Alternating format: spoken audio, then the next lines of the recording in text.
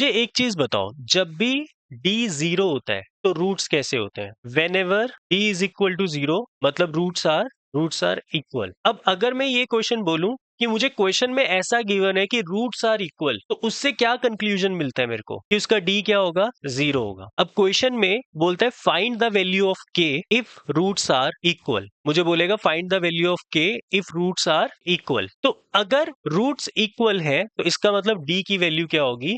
0। तो जैसे ये क्वेश्चन है, तो क्योंकि क्वेश्चन में बोला है कि रूट्स क्या है? इक्वल है, और इक्वल का मतलब है d क्या होगा? 0 होगा। Means b square minus 4ac किसके इक्वल है? 0 के इक्वल है। तो b की जगह पर क्या पुट करेंगे? k का स्क्वायर माइनस 4। a की जगह पर क्या पुट करेंगे? 2, और c की जगह पर 3 इज इक्वल टू 0। तो k square minus 8 3 24 equals to 0। मुझे किसकी वैल्यू निकालनी है? k की। तो k को अकेला कर दूं, k square is equal to 24। तो k क्या होगा? Under root 24 but plus minus, और अंडर रूट 24 को हम फैक्टराइज कर सकते हैं। 4 इंटू 6 होता है, और 4 को अगर मैं बाहर निकालूंगा तो क्या हो जाएगा? 2 बन जाएगा। वैसे 2 इंटू 2 पेयर बन के बाहर निकल गया, वही वाली चीज की है। तो 2 बाहर, बस रूट 6 के 2 इंटू 3 बनते, पेयर नहीं बन रहा कोई भी, तो 6 अंदर ही रहेगा। ठीक है, तो मतलब हमारे पास जो k की वैल्यू है वो है प्लस माइनस 2√6। ये हमारा आंसर। जब भी स्क्वायर से स्क्वायर रूट करते हैं तो हमेशा प्लस माइनस आता है। ऐसा क्यों होता है? जैसे अगर मुझे k स्क्वायर 4 दिया हुआ है, मतलब ये दोनों इक्वल है। अब मुझे एक चीज बताओ, k की ऐसी वैल्यू जिसका आंसर 4 आ जाए, क्या लूं मैं? k को 2 ले लूं, तो 2 का स्क्वायर क्या होगा? 4। बट अगर मैं k को -2 लिखूंगा तब भी 4 होगा।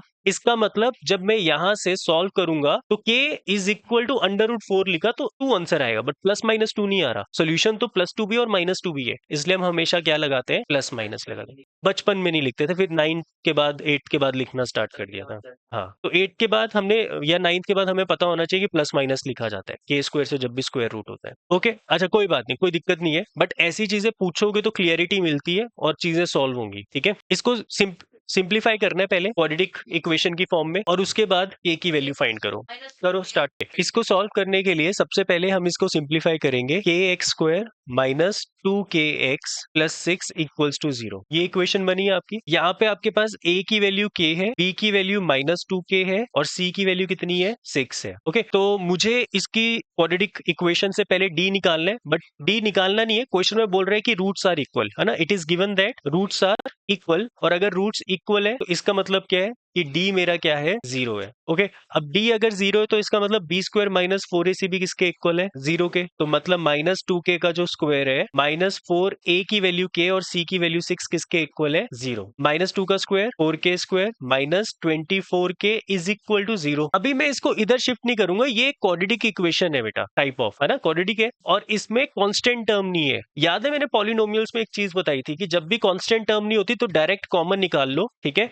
और उसको सॉल्व करके k की वैल्यू बता दो। तो या तो 4k मेरा क्या होगा? 0 होगा, या फिर k माइनस 6 क्या होगा? 0 होगा। तो k की वैल्यू क्या होगी? या तो 0 या फिर 6। इस क्वेश्चन में पता है क्या हुआ? क्वाड्रेटिक इक्वेशन सॉल्व करते करते वापस क्वाड्रेटिक इक्वेशन बन रही है, और फिर उसके रूट्स दोबारा निकाले जा रहे हैं, और इस बार स्प्लिटिंग द मिडल टर्म बोल लो या डायरेक्ट कॉमन निकाल लिया, स्प्लिटिंग नहीं की क्योंकि कांस्टेंट टर्म नहीं थी। तो डायरेक्ट कॉमन निकाल कर k मेरा या तो 0 होगा या k क्या होगा? 6।